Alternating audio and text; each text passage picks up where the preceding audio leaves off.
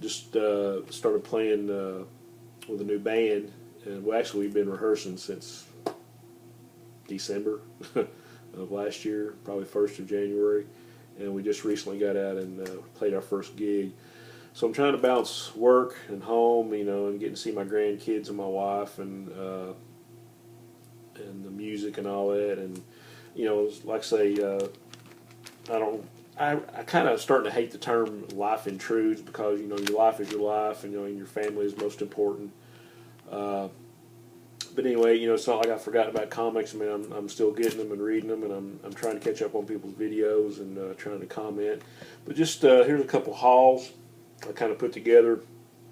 I got in the last week or two, and a lot of this is just really revisiting some old childhood favorites, upgrading some stuff. And and as far as like my favorite books, everybody's seen the Commandy stuff and the Batman and the Justice League and all that.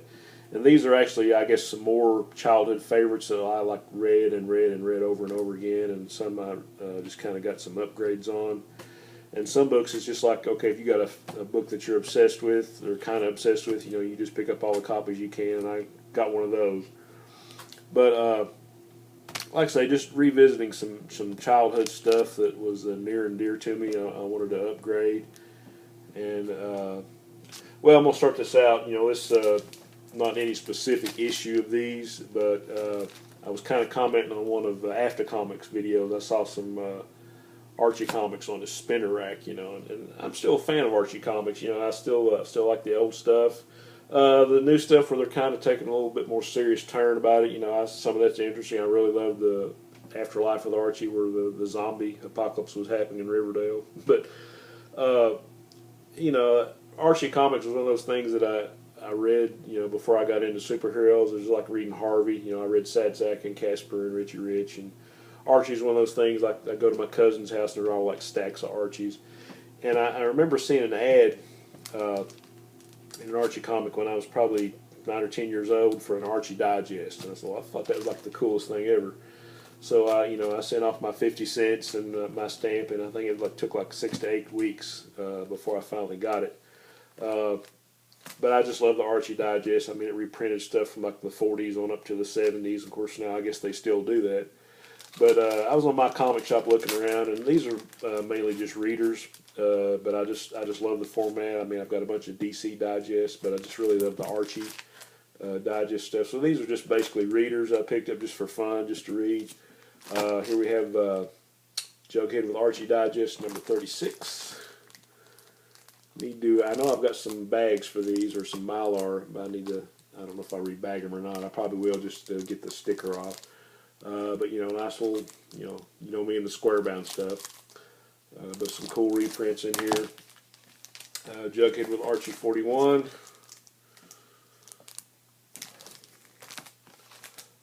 31. And I thought this was real crime when they raised the price to 75 cents. And Jughead with Archie number 5. Pretty cool cover. Drink here. Oh, with my Charlton Comics coffee cup. My wife actually got me this for Father's Day, I think. So I'd be real surprised. My buddy Steve from Charlton 66, if he doesn't have one of those, he's probably showed him on the videos. I just didn't remember if he did, but I'm sure he has one. Okay, on to the comics. This next one is one that after I started collecting back issues, I saw ads for this. And I was like, wow, that is like the best comic book cover ever. And it took me several years to track it down, but every time I see one of these, whether it's in high grade or low grade, if it's a bargain, I'll pick it up. It's just one of those things like Commandy 18 and some other stuff. But issue 109, this is probably like a VG of Justice League, and I love the Nick Cardy cover, just really dynamic. And was like, oh no, somebody's quitting the Justice League. We can't have that.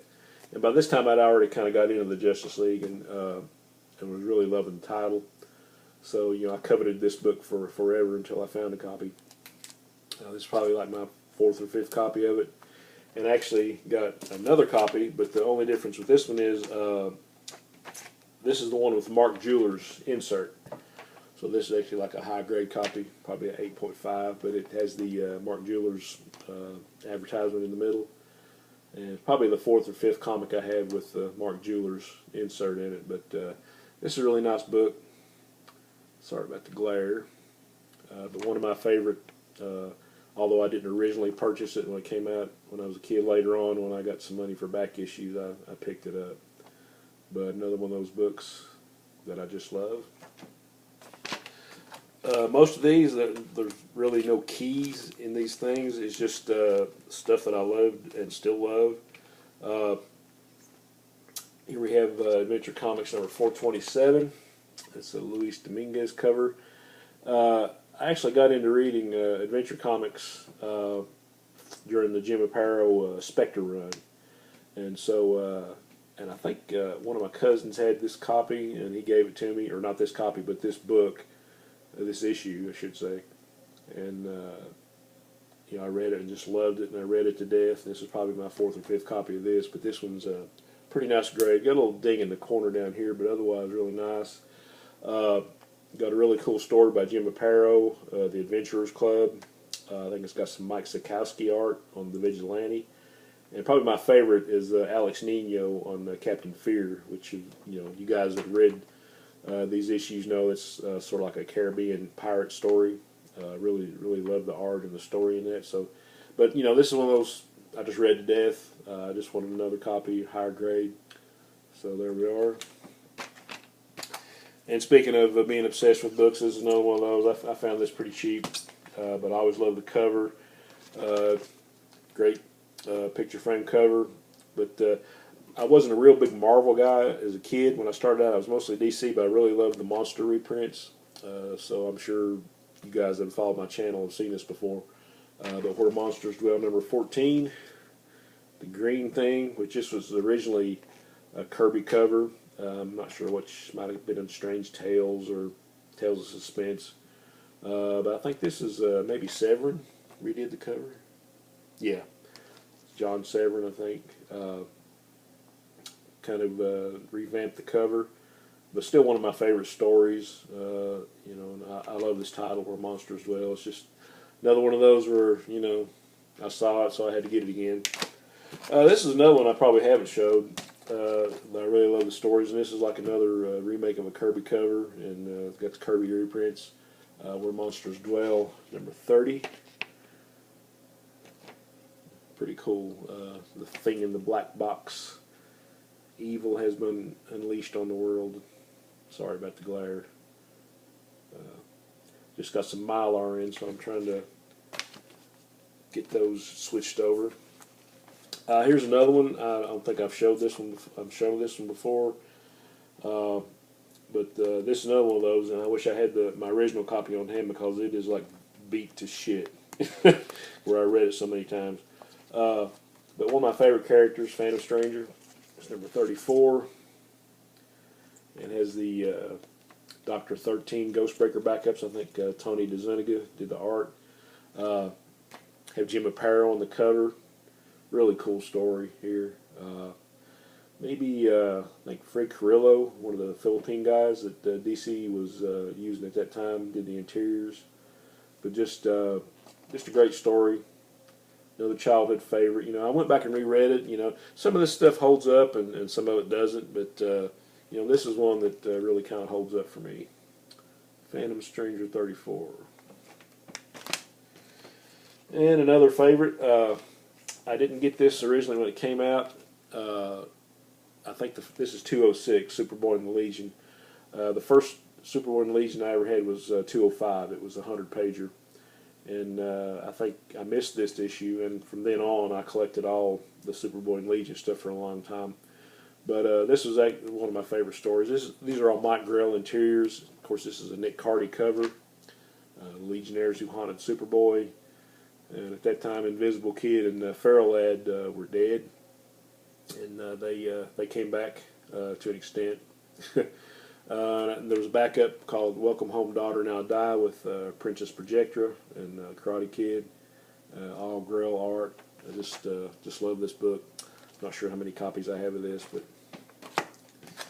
And more monster stuff. Where Creatures Roam, number 4. Most of this was all Kirby and Ditko and Don Heck goodness. Van Doom. He Who Made a Monster.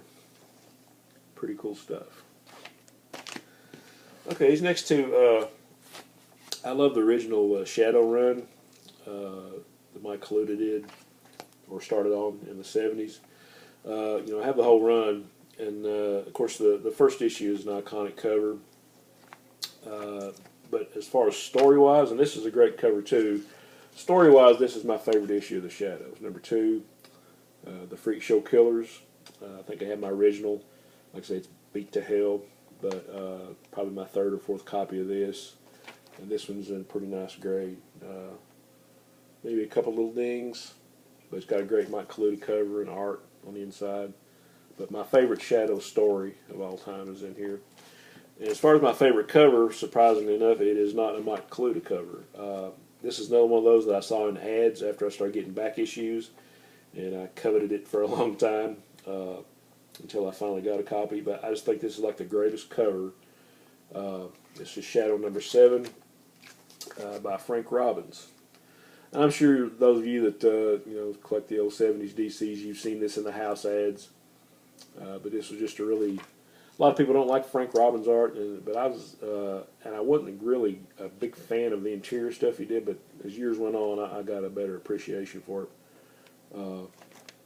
But yeah, I just love the cover. Kind of got the hunchback of the Quasimodo type character and the girl and just the whole thing. The wind blowing the papers, and you kind of see sort of like a wanted poster back here of that character and the shadow in the background. I always thought this was like the best cover. Okay, a couple more things.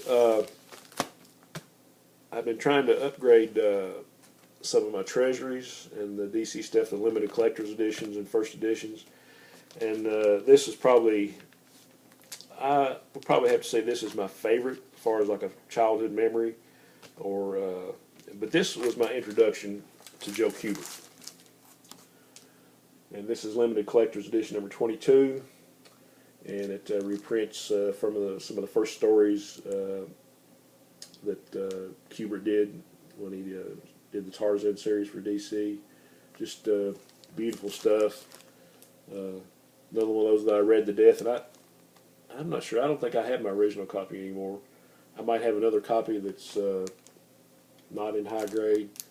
But yeah, this is pretty nice. This is probably a VF. Might have a couple little dings in it. Not many. But anybody that loves Joe Kubert has probably has read these stories or maybe had this book itself. But these were like in the first 10 or so of the Tarzan series that came out in the early 70s. Okay, last one. I think I still do have the original list. It doesn't have a cover and it's probably missing several pages.